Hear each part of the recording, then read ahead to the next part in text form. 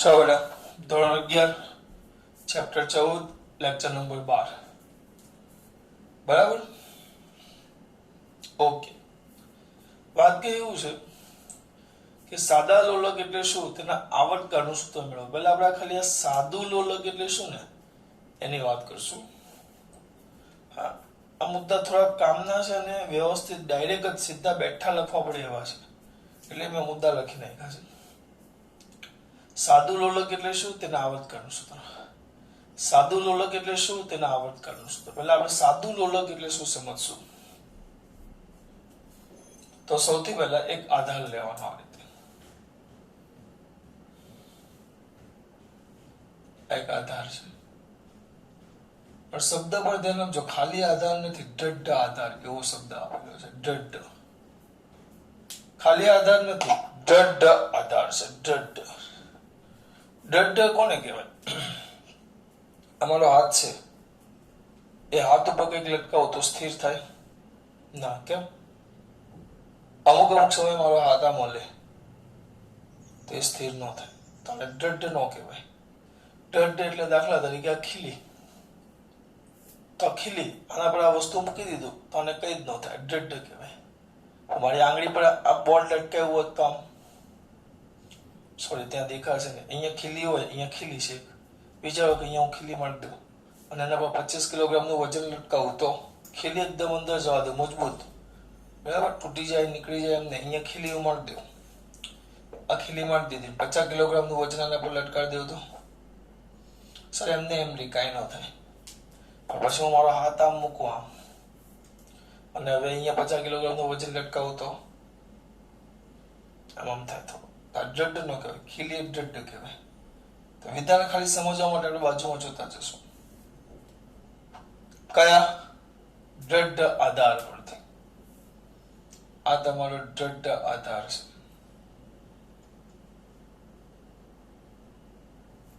તો દ્રઢ આધાર પરથી વજન રહિત અને ખેંચી ન શકાય તેવી આ જ વસ્તુ મેન છે કે જે દર્શાવે કે ખરેખર વ્યવહારમાં સાદું લોલક શક્ય નથી. તમારે દોરી એવી લેવાની, એક દોરી લેવાની, અહીંયા દોરી એવી લેવાની કે જે વજન રહિત હોય. આ દોરી છે જે વજન રહિત હોય.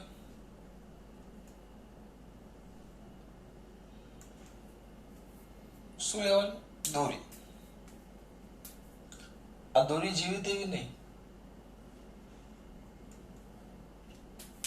આ જે દોરી છે એ દોરી વજન રહિત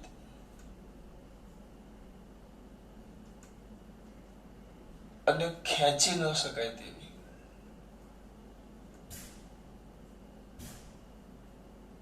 ખરેખર આવી દોરી શક્ય જ નથી.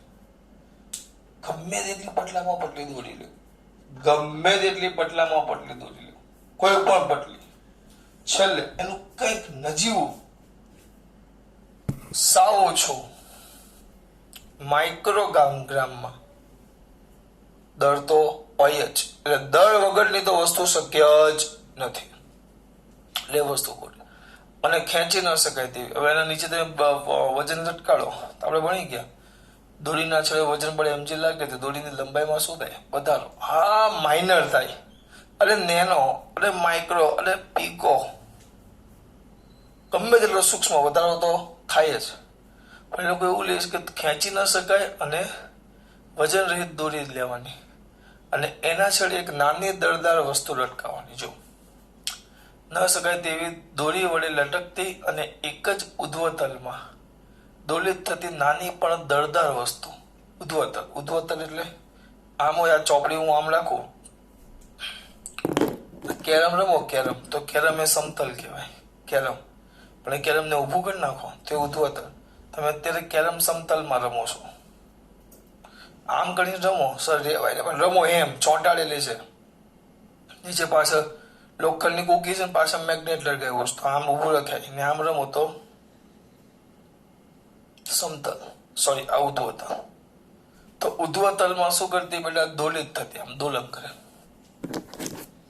ઉધ્વતલમાં દોલન કરે.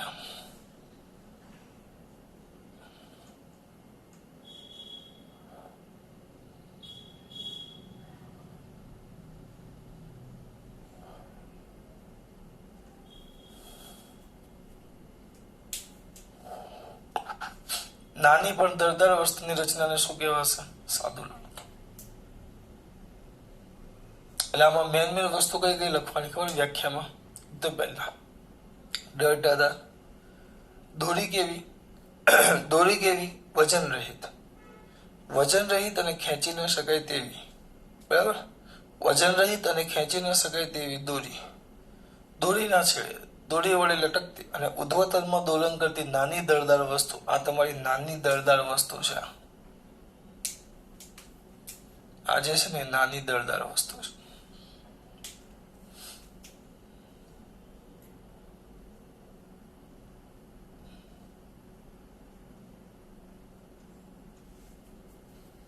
વસ્તુ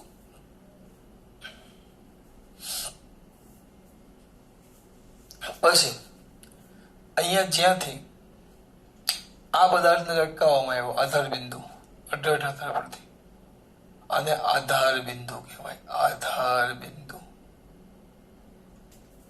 જ્યાંથી લટકાવવામાં આવ્યો ને, આ જ્યાંથી લટકાવ્યો આ બિંદુને આધાર બિંદુ કહેવાય. થોડુંક નાનું લખાઈ ગયું છે. પછી જો દોરી તો વજન રહિત છે, તો બધું દળ અહીંયા જશે. ગોળાનું આખું દળ, આ ગોળો એક જ હોય તો દોરી છે એનું દળ હોય, પણ આપણે એવું ધારેલું છે કે દળ નથી.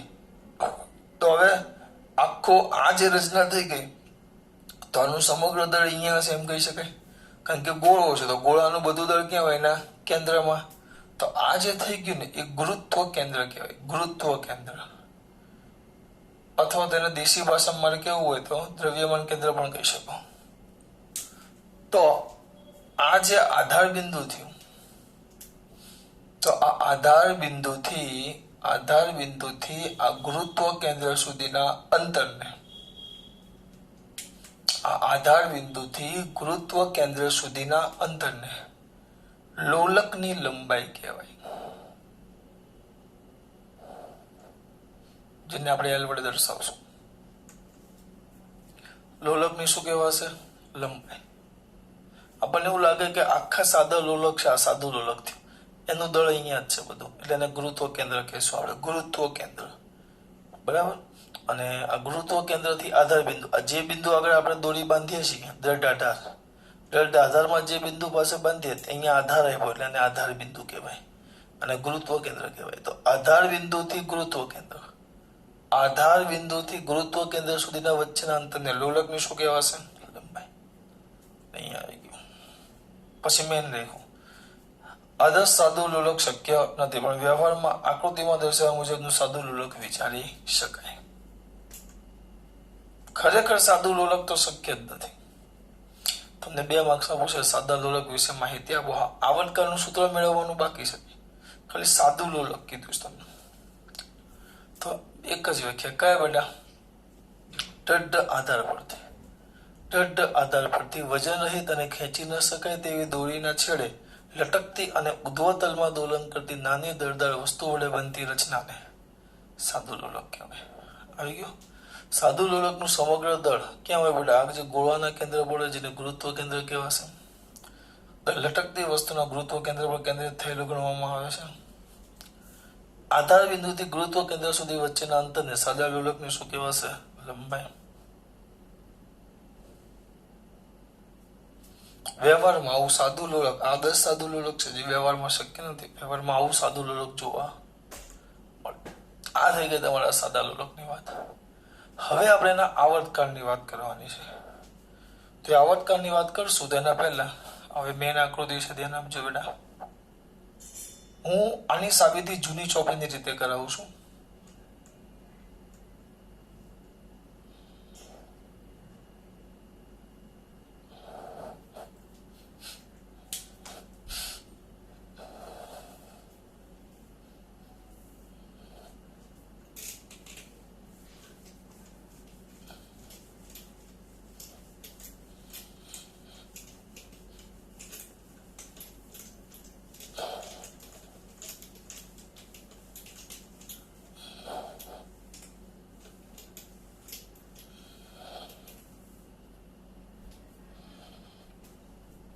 આપણે જોવાનું છે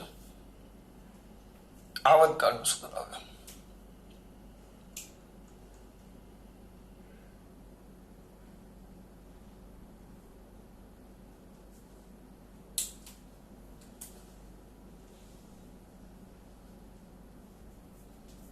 હવે કેવું થાય જો આ જે આપણું સ્વાદુલોલક છે બરાબર, કેટલી લંબાઈ છે આની લંબાઈ લખવી પડશે ને, આની લંબાઈ કંઈક એલ છે, આની લંબાઈ કેટલી છે એલ.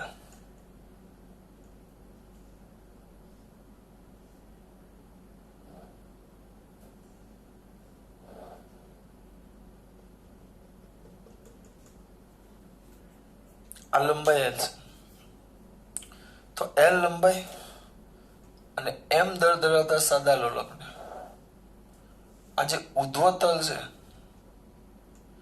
આ શિરોલંબ દિશા સાથે કેટલું થીટા જેટલું શિરોલંબ દિશા છે જો એનાથી આપણે થીટા જેટલું શું કરાવી બેટા સ્થાનાંતર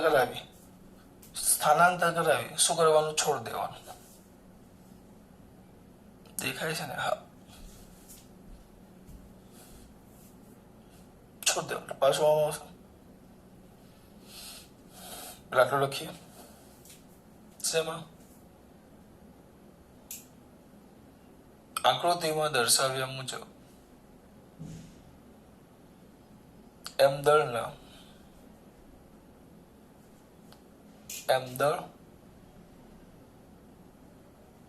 એલ લંબાઈ ધરાવતા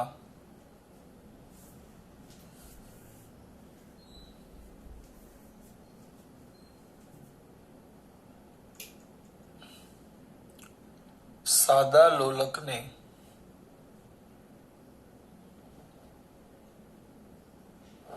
કઈ બેટા શિરોલંબ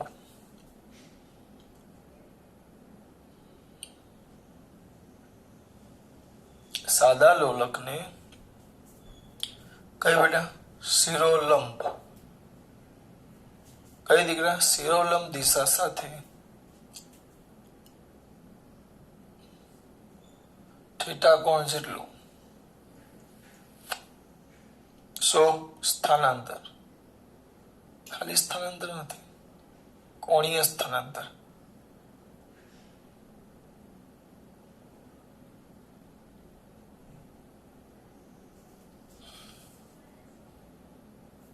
કોણીય સ્થાનાંતર કરાવી છોડી દેતા તે શું કરશે? દોલન કરે.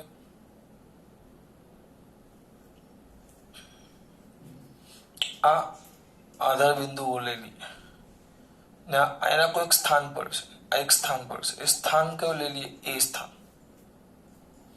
તો એ સ્થાન ઉપર એના પર કયા કયા બળ લાગે? એક તો પહેલું કમ્પ્લીટ નીચે તરફ વજન બળ mg,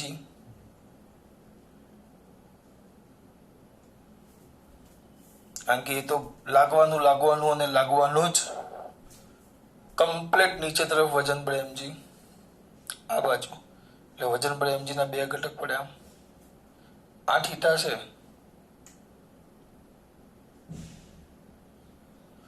આ શિરોલંબ સાથે આ ખૂણો થીટા છે. જો આ શિરોલંબ સાથે આ ખૂણો થીટા છે, આ શિરોલંબ સાથે આ ખૂણો કેટલો થાય બેટા? થીટા છે. તો mg છે, તો આ બાજુનો ઘટક mg cos થીટા, તો એના સામેનો ઘટક mg sin થીટા. બાજુનો ઘટક mg cos થીટા, થીટાના બાજુનો ઘટક mg cos થીટા, થીટાનો આ ઘટક એટલે એની સામેનો ઘટક થયો mg sin થીટા. અને સાથે સાથે દોરી ખેંચાય એટલે દોરી પર ઉપર તરફ તણાવ બળ TDS લાગે, આટલા બળો લાગે અને એના કારણે એ આંદોલન કરે.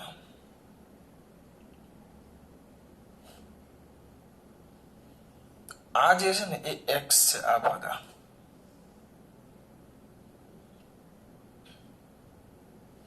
અચ્છા,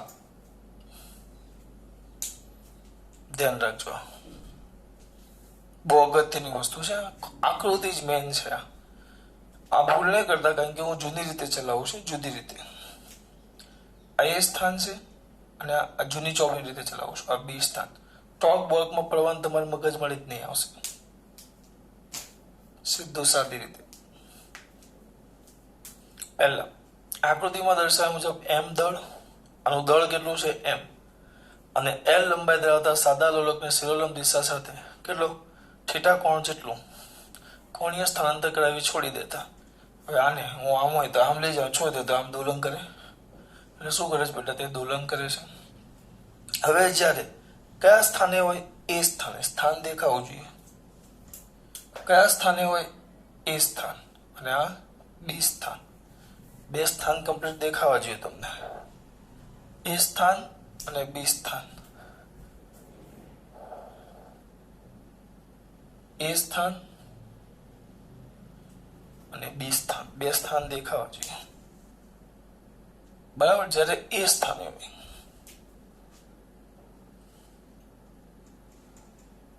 સાદું લોલક, જ્યારે એ સ્થાને હોય ત્યારે તેના પર આવ્યા છો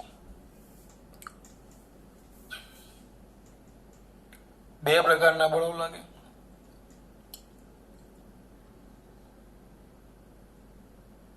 પહેલું વજન બળ mg, બીજું દોરીમાં તણાવ બળ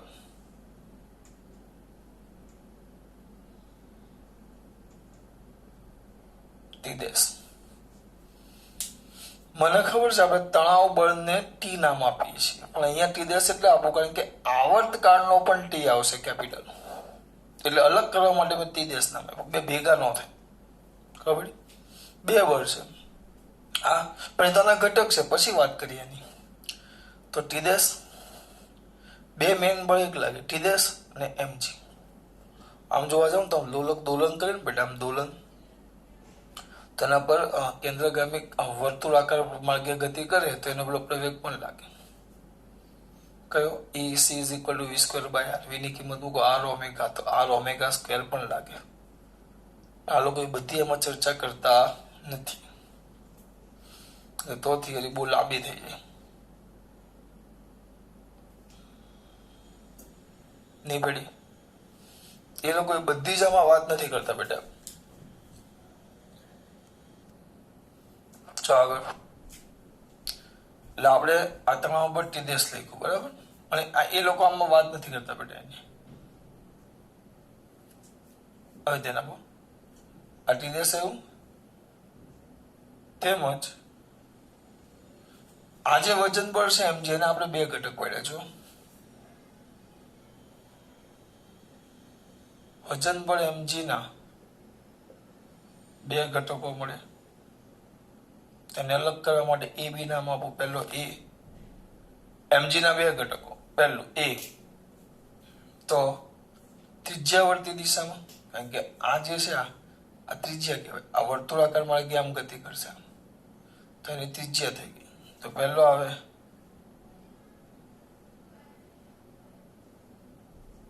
ત્રિજ્યાવર્તી દિશામાં,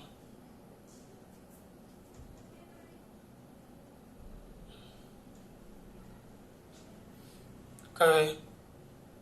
mg cos θ. પછી બી ત્રિજ્યાવર્તી, તો બીજો કયો આવે?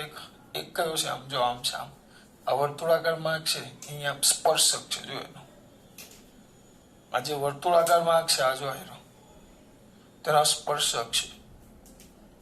તો કઈ દિશા બેટા? સ્પર્શકની દિશામાં.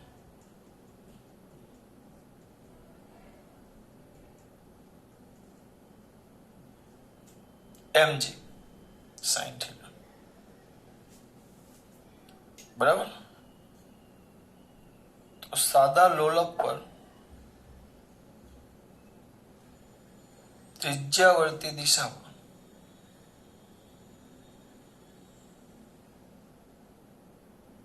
લાગતું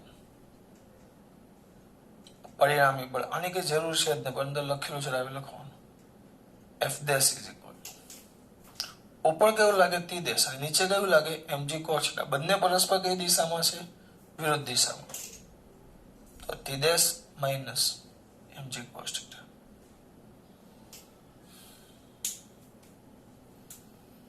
આને આપણે કહેશું સમીકરણ નંબર 1. આ થઈ ગયું તમારું સમીકરણ નંબર 1. ધ્યાન રાખજો બેટા. આગળ તેમજ આ જે mg sin θ ઘટક છે, હવે આમ ગયું લોલક, તો એ આમ લાગે આમ, એટલે આમ આવે. પછી લોલક આમ જાય તો બળ કેમ લાગે આમ. આ બાજુ આમ જાય તો પાછું નીચે આવે, આમ જાય પાછું આમ આવે. કોણ? લોલક.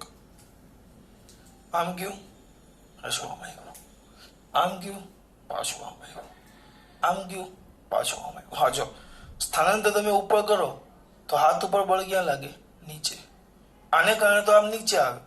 જો આ બળ ન લાગતું હોય તો આમ દોલન કર્યા જ કરે, એટલે આમ આમ જઈને પાછું આમ આવે, આમ જઈને પાછું આમથી આમ આમ થાય દોલન કરે. તો આ પાછું કેમ આવે?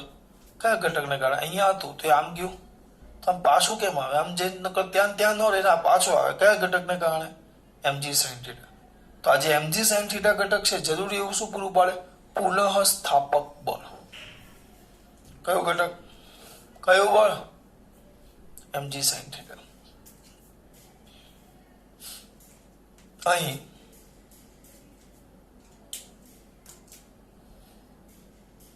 વજન બળ નો mg sin θ ઘટક જો ન હોય તો થાય. અને આમ કેવું પણ પાછો કેમ આવે? આમ જાય તો બળ આમ લાગે.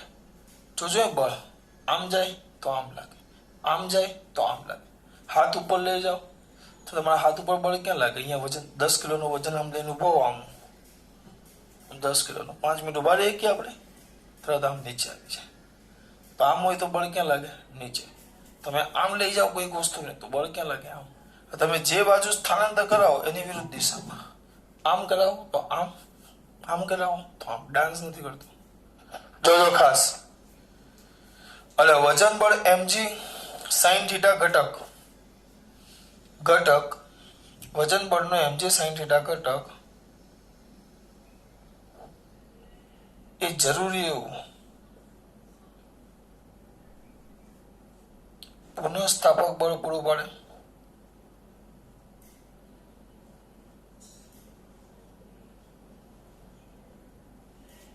માટે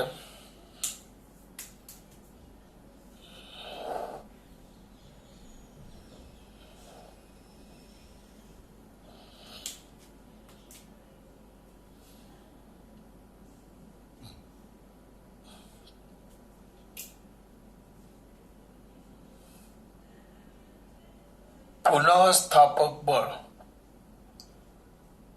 F dash is equal to mg sin θ. હા, પણ અહીંયા આગળ માઇનસ લખશું. F dash is equal to mg sin θ. હા, પણ અહીંયા આગળ હું માઇનસ લખીશ. કેમ માઇનસ લખીશ? કેમ માઇનસ લખીશ? સર તમને ખબર એટલે માઇનસ લખીશ. અને આપણો સમીકરણ નંબર 2 મેં હમણાં જ તમને સમજાવ્યું. માઇનસ કેમ લખું? જો આમ ઉપર જાય તો બળ નીચે લાગે, અને આ બાજુ જાય તો બળ ઊંધી દિશામાં લાગે. એટલે બળ હંમેશા તમારા કોણીય સ્થાનાંતરની કઈ દિશામાં હોય? વિરુદ્ધ દિશામાં. તો લખાશે ઋણ નિશાની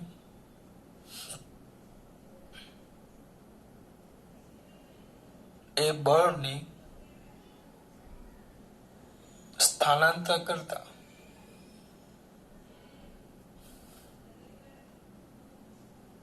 બળની કોણીય સ્થાનાંતર કરતા વિરુદ્ધ દિશા દર્શાવે.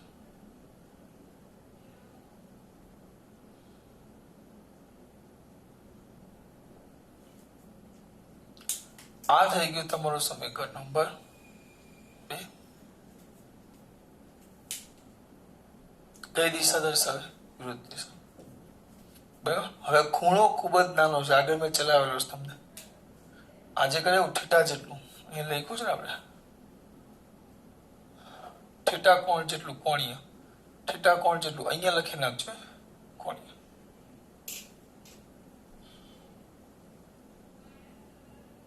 સૂક્ષ્મ કોણીય સ્થાનાંતર સૂક્ષ્મ ખાસ લખવું પડે સૂક્ષ્મ બહુ નાનું નાનું કારણ કે અહીંયા થીટા ખૂબ જ નાનો હોવાથી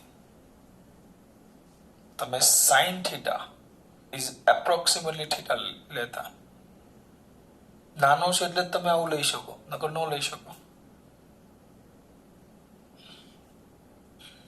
તો કયા સમીકરણ કયા પરથી બે પરથી શું થાય સમીકરણ બે પરથી બોલો F dash is equal to minus mg theta F dash is equal two શું આવ્યું માઇનસ mg થીટા આવ્યું માઇનસ mg થીટા હવે કઈ નહીં સર કઈ વાંધો નહીં આગળ હવે આપણે પકડીએ F dash is equal to minus mg theta આને કહી દો સમીકરણ નંબર 3 થીટા ખૂબ જ કેવો હોવાથી નાનો હોવાથી હવે ખૂણાની વ્યાખ્યા યાદ છે ખૂણાની વ્યાખ્યા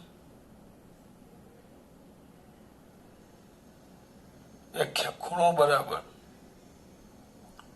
ચાપના છેદમાં ત્રિજ્યા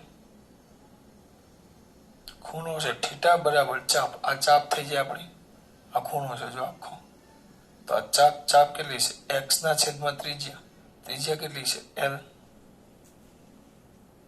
આ કિંમત સમીકરણ 4 ની કિંમત સમીકરણ ક્યાં મૂકતા 3 માં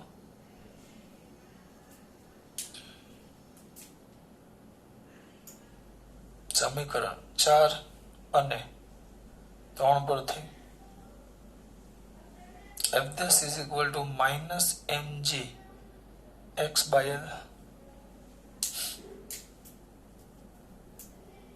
આવી ગયું તમારું સમીકરણ નંબર 5 કયું આવી ગયું સમીકરણ નંબર 5 પછી બાકી છે દેખાય છે ને જોવા ગયો તો હવે આ 5 આવ્યું પણ આપણે ભણી ગયા 1 મિનિટ પુશ કરીને સાઈડમાં ખસેડીશું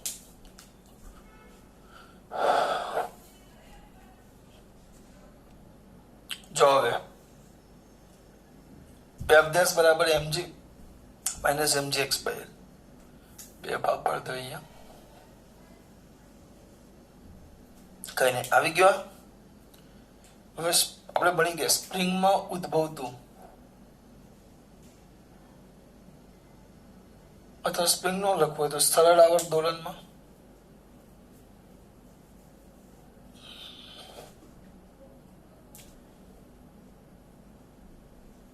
સરળ આવર્ત ગતિમાં ઉદ્ભવતું પુનઃસ્થાપક બળ આપણે લખતા f is equal to minus kx f is equal to શું લખતા minus kx જેને આપણે કહેશું સમીકરણ નંબર 6 આ પણ મૂળ સ્થિતિ લાવવાનો પાછો પ્રયત્ન કરે તમે સ્થાનાંતર આમ કરાવો તો સ્થાનાંતરની વિરુદ્ધ દિશામાં અને નિયત બિંદુ તરફ જો આમ લઈ જાઓ તો બળ આમ લાગે આમ લઈ જાઓ તો બળ આમ લાગે એટલે આ બળ શું કરે સ્થાનાંતરની વિરુદ્ધ દિશામાં અને નિયત બિંદુ તરફ લોલકને અહીંયા લાવવાનો જ પ્રયત્ન કરે બી સ્થાને લાવવાનો જ પ્રયત્ન કરે જુઓ આમ કરો બી સ્થાન આવો ભાઈ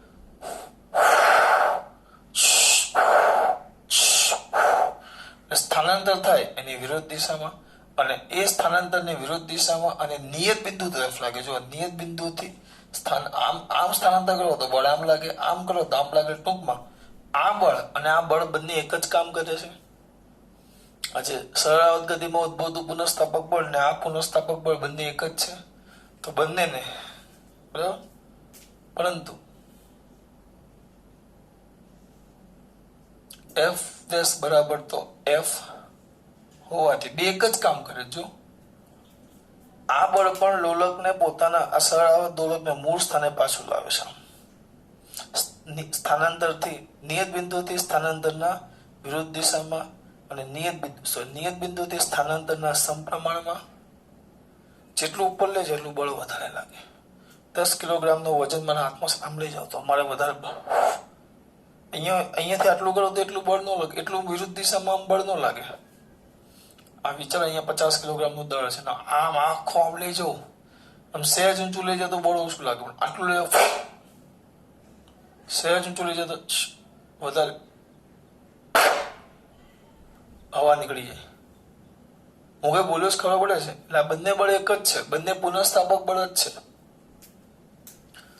તો આ બાજુ કેટલું છે? F10 બરાબર -mg. therefore -mg x/l is equal to -kx - ઉડી ગયા, xx ઉડી ગયા, તો mgl is equal to k. બરાબર. પરંતુ આપણે ભણી ગયા, સૂત્ર યાદ કરો, ઓમેગા સ્ક્વેર યાદ હોવું જોઈએ મારા દીકરાઓને. ઓમેગાનું સૂત્ર હતું ઓમેગા, કે અને એમ નો સંબંધ હતો, યાદ કરો. આવર્તકાળના સૂત્રમાં આપણે ઉપયોગ કરેલો. મારી હામું નો જો, આવું કઈક સૂત્ર હતું. Omega square is equal to k by m. તો k ઇઝ ઇક્વલ ટુ તો m ઓમેગા સ્ક્વેર, માટે k ઇઝ ઇક્વલ ટુ તો m ઓમેગા સ્ક્વેર. આને કહી દઉં સમીકરણ નંબર 7. તો આ થઈ ગયું તમારું સમીકરણ નંબર 8. તો સમીકરણ 8 ની કિંમત સમીકરણ 7 માં મૂકતા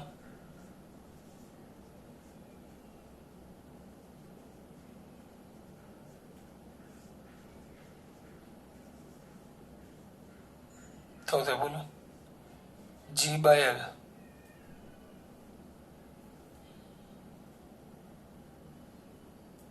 ઓમેગા સ્ક્વેર m/k.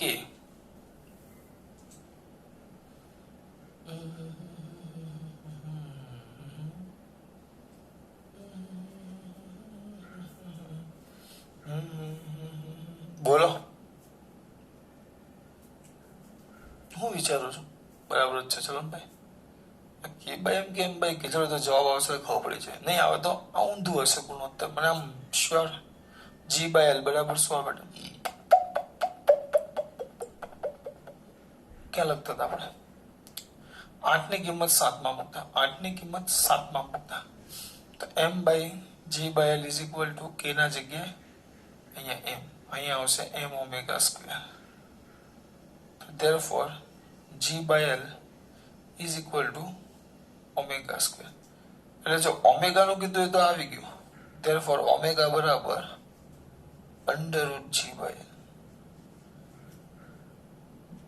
આ તમારે કોણીય આવૃત્તિનું સૂત્ર.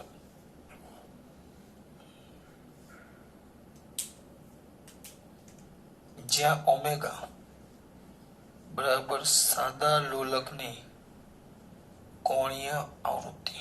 સાલોકો આ નથી, સાદા લોલકની કોણીય આવૃત્તિ છે જો, અને આની જગ્યાએ કિંમત મૂકો. પરંતુ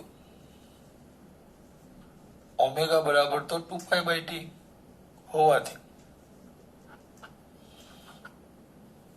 therefore બોલો 2π/t is equal to √g/l. માટે t is equal to 2π. t ને આમ લઈ ગયો આ બાજુ √l/g. આ આવી ગયું તમારું આવર્તકાળનું સૂત્ર. 10. તમે વચ્ચે ઉભા રહી ગયા હતા એટલે હું વચ્ચે જ વિચારતો. સૂત્ર મને યાદ છે. સૂત્ર શું લાવવાનું? t બરાબર 2π √l/g. √l/g બરાબર. એટલે મેં શું કર્યું, શાંતિથી વિચારતો હતો કે √l/g આવે તો t ઓમેગાની કિંમત મૂકો તો 2π/t મૂકાતો ઊંધું થઈ જાય એટલે સીધું થઈ જાય, આમ આવી જશે એમ વિચારતો હતો સ્ટેપ. હા, પણ આ છેલ્લો જવાબ પણ યાદ હોવો જોઈએ. તો અહીંયા આવી રીતે અટવાઓ તો સેટિંગ કરી શકો. આ થઈ ગયું તમારું આવર્તકાળનું સૂત્ર. હા, અને આના પરથી છેલ્લે મુદ્દા લખેલા છે. તો આવર્તકાળ જે છે સાદા લોલકનો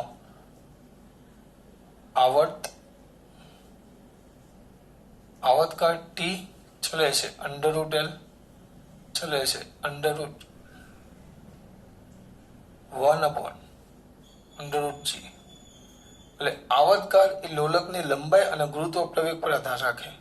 બરાબર, ગુરુત્વ પ્રવેગ. તો લખાશે આવર્તકાળ એ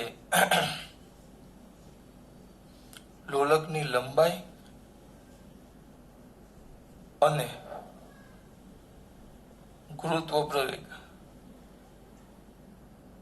પર આધાર રાખે. આમાં તમે કહેશે જો પદાર્થનું દળ છે જ નહીં. આમાં આપણે અહીંયા લટકાવ્યો કે એમ દળનો પદાર્થ નાની દળદાર વસ્તુ લટકાવી તો અમુકને એવો પ્રશ્ન થશે મોટી દળદાર વસ્તુ લટકાવીએ તો, ભારે દળ લટકાવીએ તો કઈ નહીં. સૂત્ર જો આવર્તકાળમાં મોટું દળ કે નાનું દળ એવું જ નથી. એમાં તો મેન લોલકની લંબાઈ જ એવી છે અને ગુરુત્વ પ્રવેગ g જ એવું. જો હા, ગુરુત્વ પ્રવેગ g. હવે દાખલા તરીકે પૃથ્વી પર હોય તો g 9.8, ચંદ્ર પર જાઓ તો આનો છઠ્ઠો ભાગ, તો g બદલાશે તો ત્યાં આવર્તકાળ શું થઈ જાય? બદલાઈ જાય. આવર્તકાળ એક દોલન માટે અહીંયા જે સમય લાગે એના કરતા ત્યાં છઠ્ઠા ભાગનો લાગે. છઠ્ઠા ભાગનો એટલે સમય કેવો લાગશે? વધારે લાગે. છેદમાં છે એટલે અહીંયા g છે, આમાં g/6 એટલે 6 ઉપર આવર્તકાળ છઠ્ઠા ભાગનો નહીં 6 ગણો થાય. કારણ કે પછી આમ જાય તો પાછા આવવા માટેનું જે બળ છે કેવું લાગે? ઓછું. જો આ બળ ઘટી જાય, આ mg sin θ. કારણ કે g ઘટી ગયો ને એટલે બળ ઘટી જાય એટલે પાછા આવવા માટે સમય વધુ લાગે. એટલે જો આમ જતો હોય ને એક દોલન થયું તો ચંદ્ર પર કેમ બળ નાનું થઈ ગયું? કારણ કે g નાનો થઈ ગયો. આધાર રાખે. સાદા લોલકનો આવર્તકાળ એ પદાર્થના દળ પર આધાર રાખતો નથી. એને પદાર્થના દળ સાથે કઈ જ લેવા દેવા નથી, કોઈ જ વસ્તુ લેવા દેવા નથી. આ થઈ ગયું તમારું સાદું લોલક એટલે શું અને એની માહિતી. બરાબર, હવે 1 મિનિટ ધ્યાન આપજો. હવે મને 5 મિનિટ આપો, હું તમને મસ્ત વસ્તુ સમજાવજો. તો આ આકૃતિ આ દ્રઢ આધાર છે. પહેલા વ્યાખ્યા શું હતી કે દ્રઢ આધાર પરથી, ખાસ મુદ્દો લખવાનો, દ્રઢ આધાર પરથી કયા? દ્રઢ આધાર પરથી વજન રહિત અને ખેંચી ન શકાય તેવી દોરી વડે ઉધ્વતલમાં દોરી વડે લટકાવેલ. દ્રઢ આધાર પરથી આ દોરી છે. કેવી દોરી છે લખવાની? ખેંચી ન શકાય અને વજન રહિત દોરી વડે લટકાવેલ ઉધ્વતલમાં, એટલે આ બોર્ડ જે છે ઉધ્વતલમાં દોલન કરતા આમ, ઉધ્વતલમાં દોલન આમ આવે તો સમતલમાં દોલન. તો ઉધ્વતલમાં દોલન કરતા નાની દળદાર વસ્તુ વડે બનતી રચનાને સાદું લોલક કહે. અહીંયા આવશે, ઉભા રહે 1 મિનિટ, થોડુંક પાછળ લઈ લો. અક્ષર નાના થશે પણ બધું દેખાય એના માટે પાછળ રહેવા દો. આટલો ભાગ જ રાખીએ આપણે. એ વાક્ય તમે બાજુમાં લખેલી જ છે, વિશ્વાસ રાખજો એટલો. સાદું લોલક કહેવાય એને. કયું લોલક કહેવાશે બેટા? સાદું લોલક. હવે સર તમારો પછી શું લખેલું કે આનું સમગ્ર દળ અહીંયા, આ તો વજન રહિત છે, તો આ જે નાની દળદાર વસ્તુના જે કેન્દ્ર છે એના પર સમગ્ર દળ રહેલું એમ લાગે એટલે કયું દળ કહેવાય? ગુરુત્વ કેન્દ્ર. જે છેડે પદાર્થને બાંધેલો હોય દોરીને એને આધાર બિંદુ કહેવાય. આધાર બિંદુથી ગુરુત્વ કેન્દ્ર વચ્ચેના અંતરને સાદા લોલકની શું કહેવાશે? લંબાઈ. આ બધી વસ્તુથી પેલામાં સાદું લોલક એટલે શું? વ્યવહારમાં સાદું લોલક શક્ય જ નથી, આદર્શ પરિસ્થિતિ છે.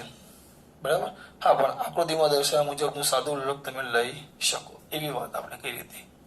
પછી ચલો હવે આવર્તકાળનું સૂત્ર. એ લોકોએ જે આપ્યું છે એના કરતા અલગ રીતે કર્યું. જૂની ચોપડીની રીતે સાબિત કર્યું છે. ખોટું ન પાડી શકે. કેમ? જૂની ચોપડીની રીતે છે, ખોટું થોડું પડે. ક્યાં હતા આપણે? આકૃતિમાં દર્શાવ્યા મુજબ કેટલા L લંબાઈને m દર ધરાવતા સાદા લોલકને તેના અસિરોલંબ દિશાથી આપણે કેટલું સ્થાનાંતર કર્યું? થીટા જેટલું સૂક્ષ્મ કોણીય સ્થાનાંતર કરાવ્યું. છોડી દેતા તે ઉધ્વતલમાં શું કરશે? દોલન. હા, દોલનો કરશે. આપણે એવું લખ્યું પણ ઉધ્વતલ નથી લખ્યું બેટા. તે